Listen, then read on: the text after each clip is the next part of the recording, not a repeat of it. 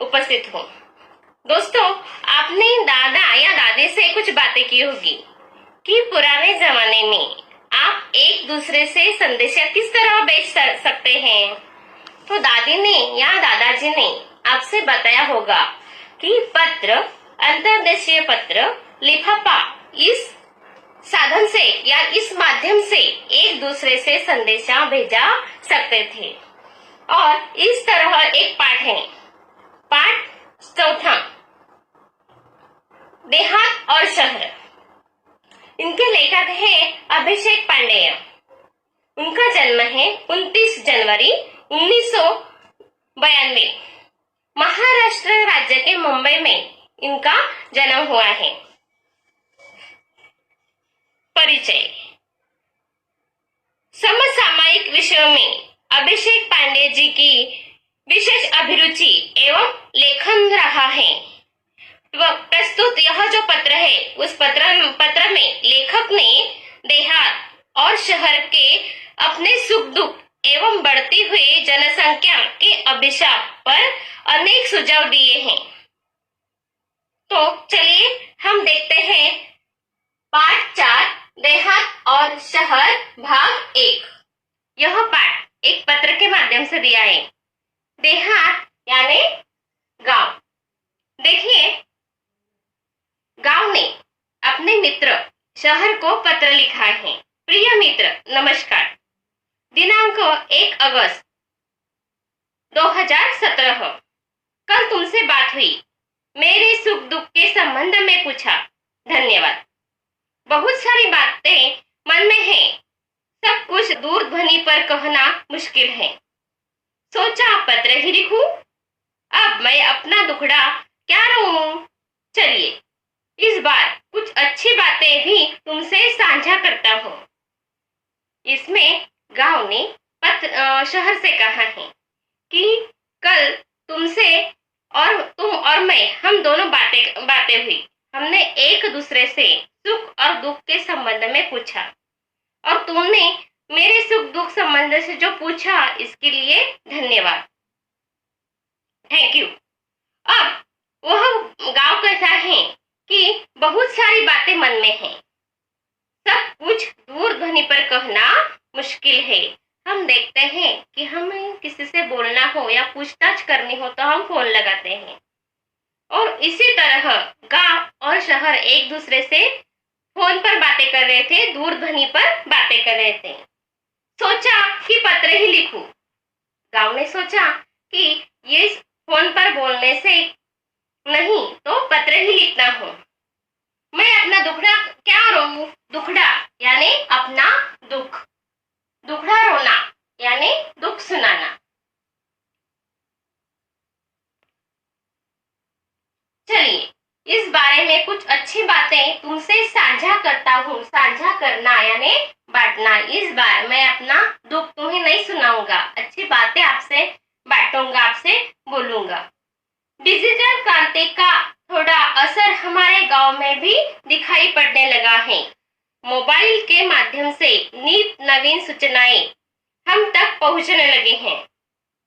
स्वच्छ ग्राम, स्वस्थ ग्राम परियोजना घर घर तक पहुंच गई है। ग्रामजन भी शिक्षा, स्वास्थ्य, रोजगार, खेती के नवीन औजारों और आधुनिक खेती की पद्धतियों को थोड़ा थोड़ा जानने लगे हैं। घर घर में शौचालय जैसी सुविधाएं के प्रति लोग जागरूक हो रहे हैं। गांव अपने शहर को पत्र में लिखता है कि डिजिटल क्रांति यानी क्या, कि हम देखते हैं कि डिजिटल क्रांति यह एक ऐसी क्रांति है जिसमें हमारे दैनिक जीवन से जुड़ी चीजें जो है वह ऑनलाइन हो गई है। जैसे कि फोन या बिजली का बिल भरना, ट्रेन या बस का टिकट बुक करना। हम घर बैठे ऑनलाइन चीजें मंगवा सकते हैं। व्हाट्सएप, ट्विटर, फेसबुक आदि द्वारा आज हम सभी पूरे विश्व में एक दूसरे से जुड़े हुए हैं। और इसी तरह गांव अपने शहर को कहता है कि इसका जो डिजिटल क्रांति का जो असर है वह हमारे गांव में भी हुआ है। मोबाइल के माध्यम से नित नवीन सूचनाएं हम तक पहुंचने लगी हैं। मोबाइल जो है, उस मोबाइल से हम देखते हैं कि अलग अलग सूचनाएं जो है, अलग अलग जो जानकारी है, वह जानकारी हम प्राप्त कर सकते हैं। स्वच्छ ग्राम स्वस्थ ग्राम परियोजना घर घर तक पहुंच गई है। स्वच्छ गांव और स्वस्थ गांव, हम देखते हैं कि जब भी गांव गांव में एक परियोजना ऐसी है कि गांव को पहले स्वच्छ करना है। वह साफ सुथरा गांव होने के कारण वहां के जो लोग हैं, उन लोगों का स्वास्थ्य भी अच्छी तरह से होता है। और इसी तरह गांव शहर को कहता है कि स्वच्छ ग्राम स्वस्थ ग्राम, वह परियोजना घर घर तक पहुंच गई है। ग्राम जन भी शिक्षा, स्वास्थ्य, रोजगार, खेती के नवीन औजारे और आधुनिक खेती की पद्धतियों को थोड़ा थोड़ा जानने लगे हैं। घर घर में शौचालय जैसी सुविधा के प्रति लोग जागरूक हो रहे हैं। ग्रामजन यानी कौन? गांव वाले लोग। गांव वाले लोग शिक्षा ले रहे हैं। स्वास्थ्य, जो हमारा शरीर है, इसके बारे में वो लोग जागरूक हो रहे हैं कि हमें हमारा स्वास्थ्य स्वच्छ रखने के बाद हमें कौन सा फायदा होता है। खेती के नवीन औजारों और आधुनिक खेती की पद्धतियों को थोड़ा थोड़ा जानने लगे हैं। खेती के लिए जो निरानी, फावड़ा, कुल्हाड़ी, इनका उपयोग करके जो खेती करते थे, तो अभी आधुनिक खेती की पद्धतियों का इस्तेमाल कर रहे हैं। तो इसलिए कौन कौन से जो साधने हैं या कौन कौन से औजारे हैं, तो laser leveller, power tiller, disc harrow, thresher, rotavator, इनके सहायता से लोग खेती कर रहे हैं। घर घर में शौचालय जैसे सुविधाएं के प्रति लोग जागरूक हो रहे हैं। गांव वाले जो हैं वह वहाँ क्या करते, तो शौच के लिए बाहर जाते। वहाँ जो है, वहाँ के जो औरतें हैं, जो बच्चियां हैं, वह गांव के बाहर झाड़ी के पीछे या कोई खड्डा हो, उस खड्डे के नीचे जाकर अपना प्रार्थना विधि कर कर आते थे। तो इसीलिए गांव कहता है कि आप वह जागरूक हो चुके हैं। गांव गांव में शौचालय बंधा गया है। हालांकि कुछ परेशानियां अब भी वही की वही हैं। पीने का पानी लाने के लिए दूर दूर तक जाना पड़ता है। मेरे यहाँ विद्यालय तो है, पर उनमें आवश्यक सुविधाएं नहीं हैं। महाविद्यालय तो हमारे गांव से बहुत दूर है। तुम्हारे बारे में सोचता हूँ तो लगता है कि तुम्हारे पास अत्याधुनिक और अच्छी सुविधाएं, विकसित तकनीक है। गांव कहता है कि कुछ सुविधाएं हो चुकी हैं, पर कुछ जो परेशानियां हैं, वह परेशानियां अभी की अभी वही की वही है। पीने का पानी लाने के लिए गांव में जो औरतें हैं, वह औरतें दूर दूर जाती है, यानी गांव में पीने का पानी नहीं है। गांव फिर शहर से कहता है कि यहाँ विद्यालय है, पर विद्यालय में जो अत्यावश्यक सुविधाएं होती है, जैसे कि शौचालय, लड़का लड़कियों के लिए स्कूलों में शौचालय होते हैं, पीने का पानी, ऐसे जैसे जो सुविधाएं, खेलने के लिए बड़ा सा मैदान, ऐसे जो सुख सुविधाएं, खेलने के लिए अलग अलग प्रकार के जो साहित्य हैं, वह साहित्य, ऐसे यह जो सुविधाएं हैं, वह सुविधाएं नहीं हैं। महाविद्यालय तो हमारे गांव से बहुत दूर है। महाविद्यालय जो है, जो कॉलेज है, वह कॉलेज हमारे गांव से बहुत दूर है। तुम्हारे अत्याधुनिक और अच्छी सुविधाएं, विकसित तकनीक है। देखो, गांव शहर से कहता है कि तुम्हारे पास क्या है, तो अत्याधुनिक और अच्छी सुविधाएं, अभी अभी लेटेस्ट जो सुविधाएं आई है, वह सुविधाएं आप लोग इसका इस्तेमाल कर रहे हैं। नई नई तकनीक खोज कर वह उसका जो भी इस्तेमाल है, उनकी जो जानकारी है, वह जानकारी पाकर आप उसका इस्तेमाल भी आपके शहर के लोग कर रहे हैं, ऐसे गांव अपने शहर से बताता है। तुम्हारी दिन दूनी रात चौगुनी उन्नति हो रही है। तुम कितने सुखी हो। यातायात के आधुनिक साधन, पक्की चौड़ी सड़कें, बड़े बड़े शॉपिंग मॉल और 24 घंटे बिजली की सुविधाएं तुम्हारे शान में चार चांद लगा देती हैं। कभी कभी मन उदास हो जाता है। अब इसमें जो गांव है वह शहर से कहता है कि यह अच्छी तकनीक सुविधाएं इससे आपकी दिन दुनी और रात चौगुनी हो चुकी है उन्नति, यानी ऐसे क्या दिन दुनी और रात चौगुनी उन्नति यानी क्या तेज गति से विकास। हम देखते हैं कि कई ऐसे देश हैं या कई ऐसे गांव हैं कि जिसमें अभी तक कुछ सुविधाएं नहीं आई हैं, और जब एक दूसरे से तुलना हो या कंपैरिजन हो तो गांव शहर से कहता है कि आपके यहाँ दिन दुनिया और रात चौगुनी उन्नति होती है। तुम कितनी सुखी हो। यातायात के साधन, पक्की चौड़ी सड़कें, बड़े बड़े मॉल, आप इतने सुखी हो कि आपके पास अत्याधुनिक जो यातायात के साधन हैं वह साधन अभी भी उपलब्ध हैं, और तुम्हारे शहर में लंबी और पक्की चौड़ी सड़कें हैं, बड़े बड़े मॉल हैं, और 24 घंटे बिजली की सुविधाएं तुम्हारे चांद में चार चांद लगा देती हैं, यानी तुम्हारी रौनक जो है वह बढ़ जाती है हमेशा बिजली होने के कारण।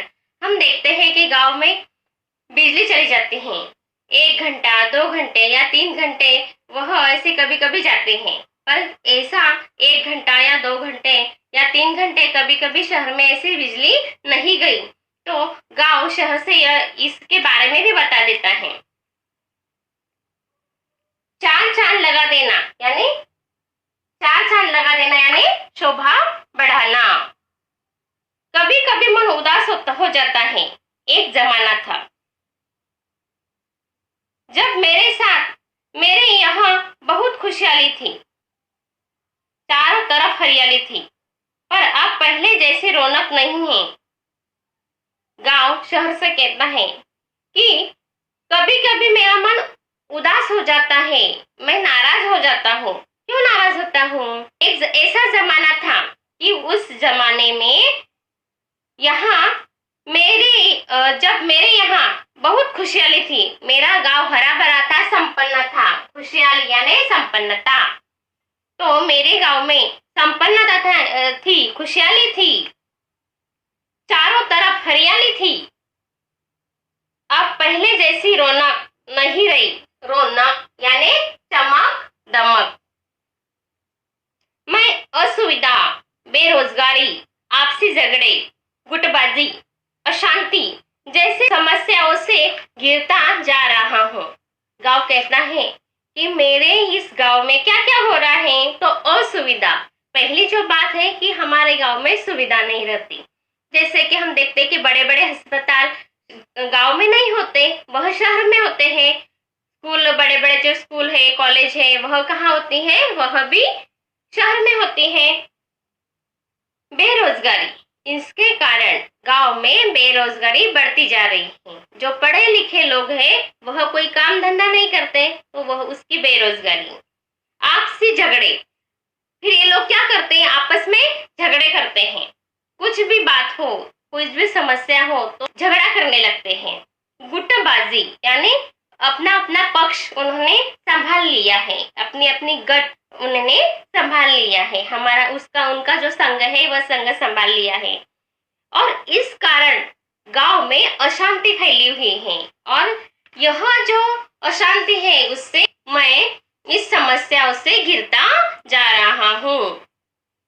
यहाँ के कुछ अशिक्षित यानी अनपढ़, अशिक्षित यानी अनपढ़, और अल्प शिक्षित यानी क्या? कम पढ़े लिखे लोग। जो लोग हैं कि जो पढ़ाई की नहीं, और जो ऐसे लोग हैं कि जिसने पढ़ाई की लेकिन किसी की कम की है, वह लोग परिवार कल्याण के प्रति आज भी उदासीन हैं। वह उनके घरों में जो छोटे बच्चे देखो तो 5 6 ऐसे बच्चे होते हैं, यानी उनको जो परिवार का कल्याण है वह कल्याण उन्हें दिखाई नहीं देता। उन्हें सिर्फ ऐसा दिखाई देता है कि हमारे घर में बढ़ती होनी चाहिए बच्चों की, और उसके कारण मैं आज भी उदासीन हूँ, मैं आज भी नाराज हूँ। परिवार कल्याण का जो ज्ञान है वह मैं अभी तक लोगों को नहीं दे सकता हूँ। और इनके कारण जनसंख्या भी बढ़ रही है। 5-5, 6-6, 7-7 लोग या बच्चे होने के कारण गांव की जो जनसंख्या है, जनसंख्या यानी क्या कहते हैं हम उसे, आबादी, वह आबादी बढ़ती जा रही है। उनके लिए यह काम धंधा नहीं है। तो अब इतने सारे लोग होते तो उसके लिए काम धंधा क्या होगा? क्या दूं मैं इनके लोगों को काम धंधा? रोजगार की तलाश में लोग शहर जा रहे हैं। यह काम के लिए मजदूर नहीं है। शहरी चमक दमक और आधुनिक सुविधाओं की ओर आकर्षित होकर लोग मुझे अकेला छोड़कर तुम्हारी ओर दौड़ रहे हैं। यहाँ स्वास्थ्य सुविधाएं भी नहीं है। बीमारियां हैं, पर पर्याप्त मात्रा में सुसज्ज और अच्छे अस्पताल नहीं है। लोगों को ठीक समय पर दवा नहीं मिल पाती है। मेरा परिवार टूट सा रहा है। बताइए मैं क्या करूं? तुम्हारा मित्र देहात। अब देहात कहता है कि रोजगार की तलाश में मेरे यहाँ तो काम धंधा नहीं है। फिर लोगों को रोजगार होना चाहिए, काम धंधा होना चाहिए, और इसके लिए यह जो लोग है वह कहाँ यहाँ जा रहे हैं? वह शहर में जा रहे हैं। और यहाँ काम के लिए मजदूर नहीं मिल रहे। जो लोग शहर जा रहे हैं तो गांव में जो काम है उस काम के लिए लोग नहीं मिल रहे हैं। शहरी जो चमक है, वहाँ की जो रौनक है, वहाँ की जो सुविधाएं हैं, उस सुविधाएं को ये लोग आकर्षित हो गई हैं और मुझे इस गांव को अकेला छोड़ दिया है और तुम्हारी ओर वह दौड़ रहे हैं। यहाँ स्वास्थ्य सुविधाएं भी नहीं है। गांव में स्वास्थ्य के लिए जो सुविधाएं होती है, जो अस्पताल होते हैं बड़े बड़े, जो बीमारी वह इलाज करने के लिए वहाँ जो शस्त्रक्रिया हुई होती है, गांव में नहीं है। बीमारियां है, पर पर्याप्त मात्रा में सुसज्ज और अच्छे अस्पताल नहीं है। बीमारियां तो है, लेकिन इनके लिए जो सुसज्ज और अच्छे अस्पताल होने चाहिए वह नहीं है। लोगों को ठीक समय पर दवा नहीं मिल पाती। यहाँ के जो लोग हैं वहाँ को अच्छी तरह से जो दवाएं हैं वह नहीं मिलती हैं, और इससे मेरा जो परिवार है वह परिवार मुझसे क्या हो रहा है? टूट रहा है। तो आप कोई सुझाव बताओ भाई, शहर भाई, कि मेरा यह परिवार टूट ना सके। और वह इसलिए कहता है कि बताइए मैं क्या करूं? आप मुझे कोई ऐसी जानकारी दें या कोई उपाय सुझाइए। और इसके कहने के बाद पत्र का जो अंत है वह कहता है कि हम तुम्हारा मित्र देहात। अब मित्र कौन हूँ? देहात। अब इस तरह आपने यह जो पाठ का पहला हिस्सा देखा या पहला भाग देखा पहले भाग में, कि गांव अपना दुखड़ा, अपने गांव में जो सुविधाएं हो चुकी हैं वह सुविधाएं और दुख वह शहर को बताता है। इस पाठ में आए नए शब्द और मुहावरे अपने कॉपी में लेखन कर लेना।